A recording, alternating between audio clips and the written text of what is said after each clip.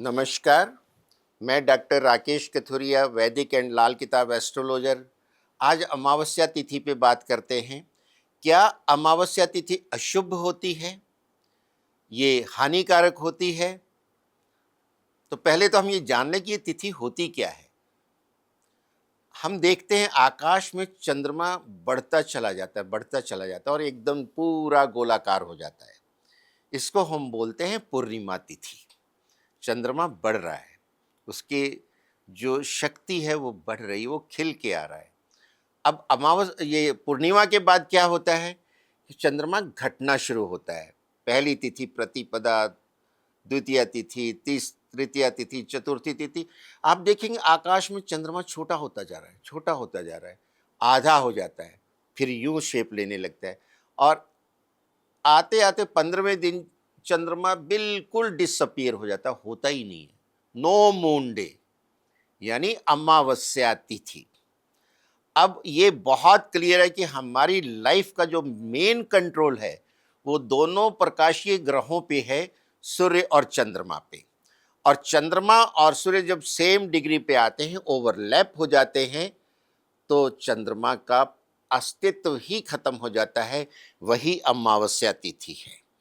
तो निश्चय ही इस तिथि में जो पैदा हो रहे हैं उनका चंद्रमा बिल्कुल क्षीण है। और ज्योतिष में कहा गया है चंद्रमा मनसो जात। चंद्रमा आपका मन है, यानी उस दिन आपका मन तो रहा ही नहीं। इस तिथि में लोगों को डिप्रेशन बहुत होता है। ये भी अध्ययन हुआ है कि सुसाइड के केस अमावस्या में ज़्यादा होते हैं। एक्सीडेंट भी कई बार देखा गया है बहुत ज़्यादा होते हैं। और जो अमावस्या में पैदा हुआ उसका चंद्र बल बिल्कुल शून्य हो गया, वो सारी जिंदगी अशांत रहता है, उसके मन में कोई शांति नहीं आती और जो मूड स्विंग है बहुत ज़्यादा होता है। कभी पूरी तरह पॉजिटिव, पूरी तरह नेगेटिव। तो हम ऐसे लोगों के लिए बताते हैं कि चंद्रमा शिव जी के मस्तक पे विराजते हैं।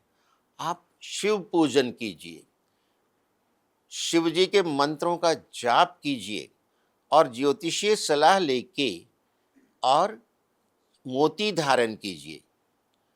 सोमवार के दिन आप चावल, मिश्री और दूध का दान दीजिए और हो सके तो अमावस्या के दिन खीर का लंगर लगवाइए, समर्थ हैं तो।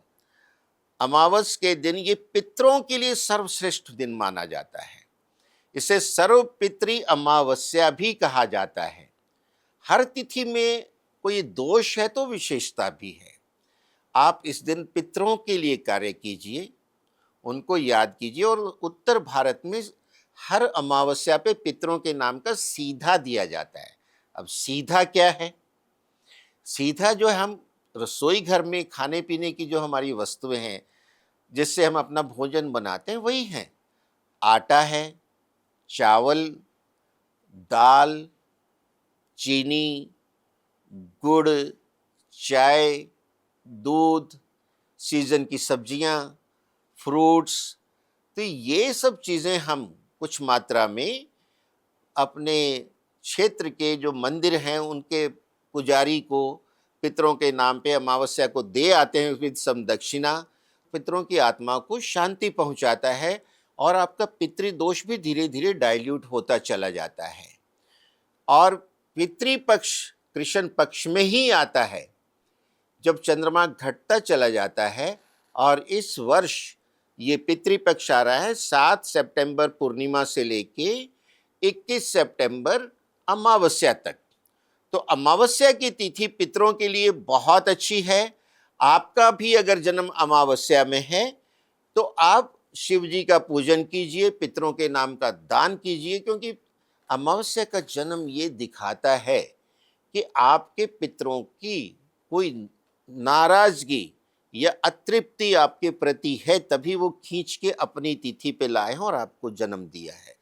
तो आप पितृदोष निवारण की पूजा भी करवाइए जो सिद्ध स्थानों पे होती है, जैसे गया, वाराणसी, त्रिवेणी संगम प्रयागराज, हरिद्वार, त्र्यंबकेश्वर या और भी अन्य स्थान हैं सिद्ध, वहाँ ज़रूर कराइए। और पितरों से जुड़े रहिए, उनकी आराधना करते रहिए। आप देखेंगे कि आपको अमावस के जन्म के बावजूद भी लाइफ में जो है प्रकाश दिखने लगा है और जीवन अच्छा होने लगा है। और चंद्रमा के मंत्रों का जाप भी कीजिए प्रत्येक सोमवार को। इतना कीजिए और अधिक जानकारी के लिए दिए गए नंबर पर संपर्क करें, आपको और ज़्यादा मार्गदर्शन मिलेगा। नमस्कार।